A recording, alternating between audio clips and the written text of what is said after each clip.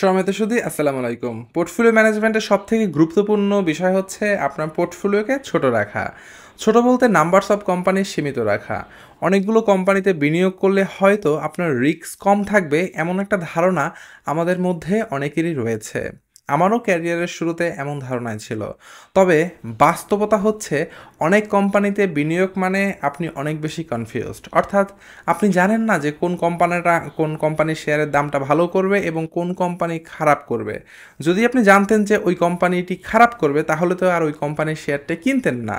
মোট কথা একজন বিনিয়োগকারী যখন অনেক বেশি কনফিউজ থাকে তখন তিনি অনেকগুলো কোম্পানির শেয়ারে তার টাকাটা সে বিনিয়োগ করে ফেলে। বিনিয়োগ আসলে এমনভাবে করতে হবে বা এমন পদ্ধতিতে করা উচিত যা আমাদেরকে একটু রিল্যাক্স থাকতে সাহায্য করবে। পোর্টফোলিও ডাইভার্সিফিকেশন নিঃসন্দেহে ভালো, তবে এটা আমাদের দেশের জন্য না। যেই বাজারে অনেক বেশি চাহিদা ও যোগান থাকবে সেখানে আপনাকে পোর্টফোলিও ডাইভার্সিফিকেশন করতে হবে। আমি সাধারণত বিনিয়োগকারীর ইনকাম বা আয়, বয়স এবং ঝুঁকি গ্রহণের ক্ষমতার সাথে মিল রেখে বিনিয়োগ পরিকল্পনা ও স্টক সিলেকশন করে থাকি। আমি বিশ্বাস করি শেয়ার বাজারে বটমে কিনতে পারলে এবং কোম্পানির অবস্থা ভালো থাকলে লাভবান হওয়ার সম্ভাবনা বেশি থাকে। দেখুন, বাজার এখন ভালো যাচ্ছে না। 90%-এর বেশি বিনিয়োগকারী ক্ষতিগ্রস্ত বা লসে রয়েছে। এর মধ্য থেকেই আমাদেরকে চলতে হবে।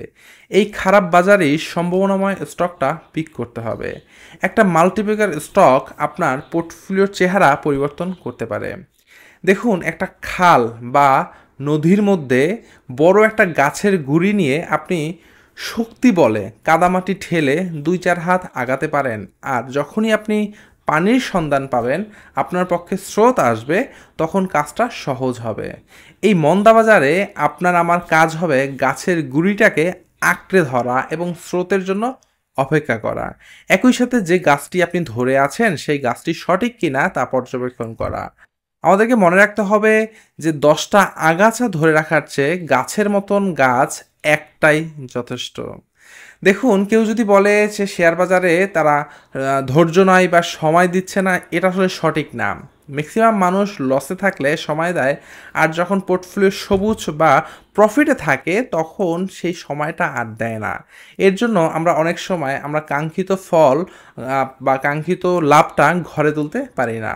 আপনি খেয়াল করলে দেখবেন, আপনি একটা কোম্পানির শেয়ারটি বিক্রি করে দেওয়ার পরে দাম বাড়ে এবং শেয়ারটা কেনার পরে দামটা মূলত কমে। এর কারণ হচ্ছে আমরা শেয়ার সিলেকশনে ভুল করে থাকি। আমাদের স্টকের বটম প্রাইস যেমন খুঁজতে হবে, ঠিক তেমনি সেই শেয়ারে সম্ভাবনা যাচাই করতে হবে। এই প্রসেসটা আরও সহজ করতে আমি আছি আপনার পাশে। আপনার পোর্টফোলিওর যে কোনো বিষয় নিয়ে আলাপ করতে স্ক্রিনে দেওয়া হোয়াটসঅ্যাপ নাম্বারে যোগাযোগ করতে পারেন। আমাদের সকলের বিনিয়োগ ভালো থাকুক, সবাই সুস্থ থাকুন। আল্লাহ হাফেজ।